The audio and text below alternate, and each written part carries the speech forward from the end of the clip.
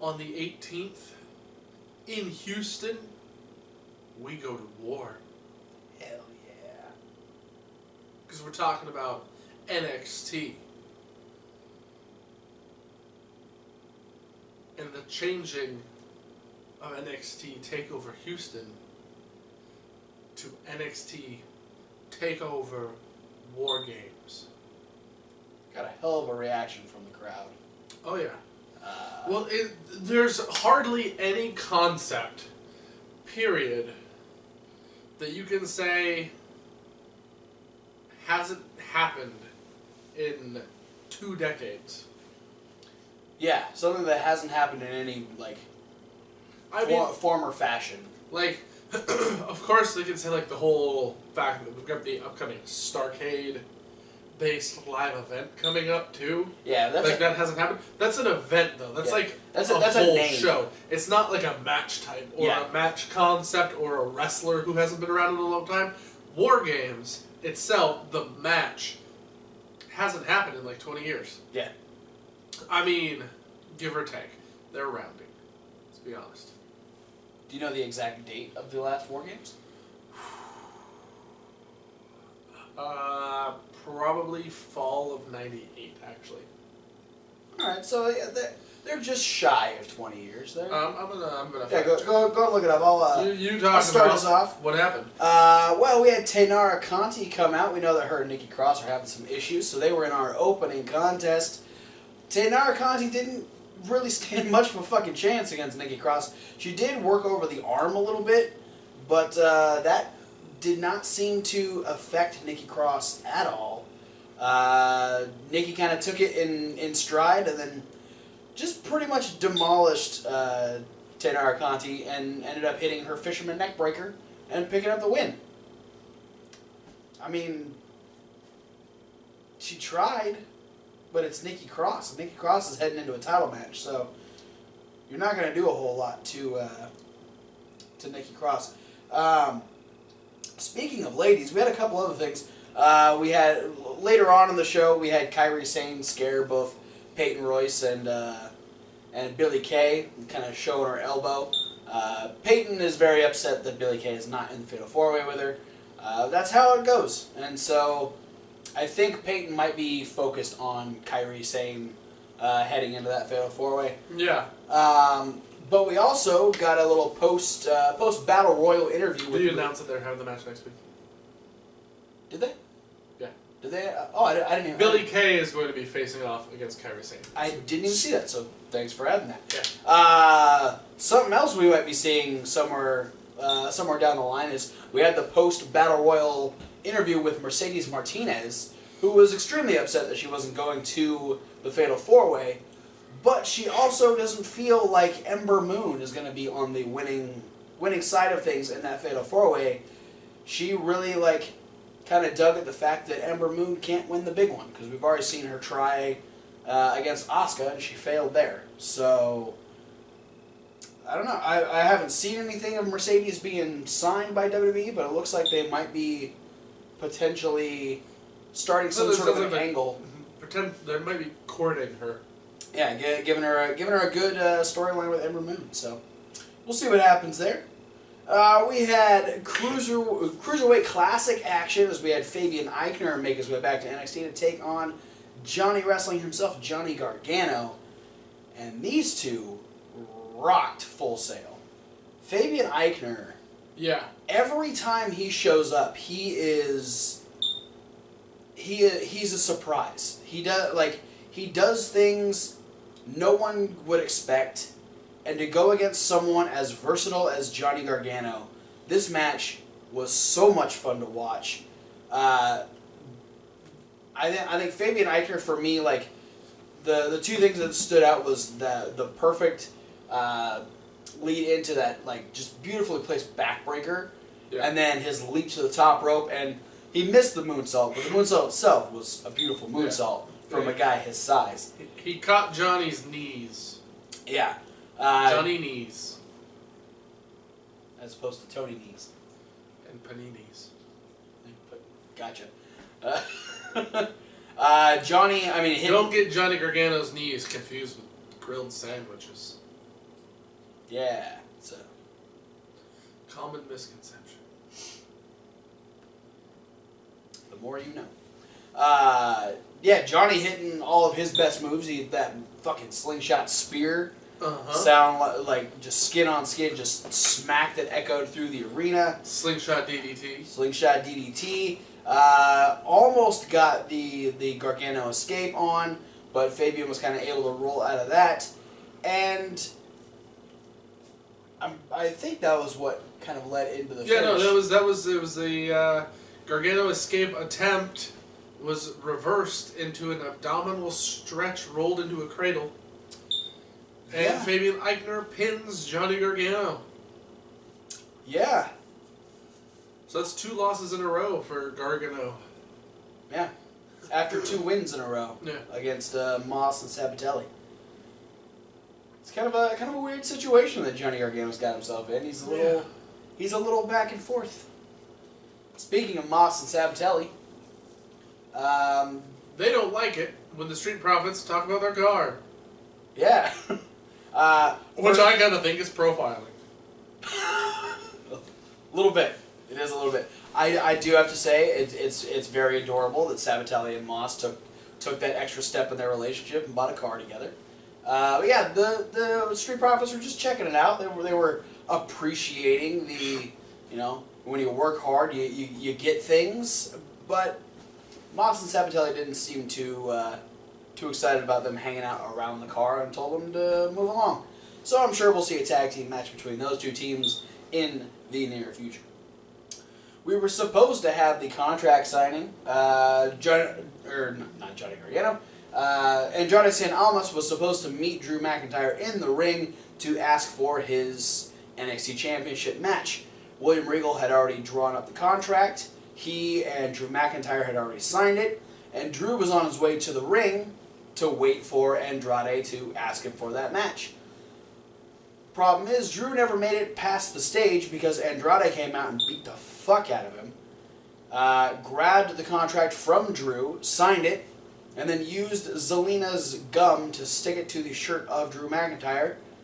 Left him there laying with bumps, bruises, and a signed contract. So it is official. I mean, I can't imagine that Drew and William Regal are very happy about the way it happened, but Andrade San Almas will get his NXT Championship match at NXT TakeOver. And as we said at the beginning of this video, War Games is official because our main event was the NXT Tag Team titles on the line. Sanity giving Authors of Pain their rematch from NXT TakeOver Brooklyn. This was a good match. I really appreciated it, and I really appreciated the Authors of Pain in this match. The Authors of Pain get better every time. And then here's where I appreciated it. Authors of Pain, up until the point when they lost the tag titles, were unstoppable juggernauts. Mm-hmm. We come to this match, and the Authors of Pain wrestled like a regular tag team. Yeah, and it helped. They sold. It helped the fact that Killian Dane was not in the match. Yeah. He was banned from ringside per the ruling by William Regal. So not only were the Authors of Pain selling, but they were selling to the 2 smaller members of Sanity. Not to say that Alexander Wolf is a small man. No. But like even to Eric Young, Eric Young was doing some damage as well. And yeah, it seemed way more competitive than any match we've seen Authors of Pain in before. And I think the chaos that is Sanity kind of lends itself to that as well. Yeah, and it's just kind of cool seeing their whole "we can't be stopped" shtick dialed back a bit. Yeah.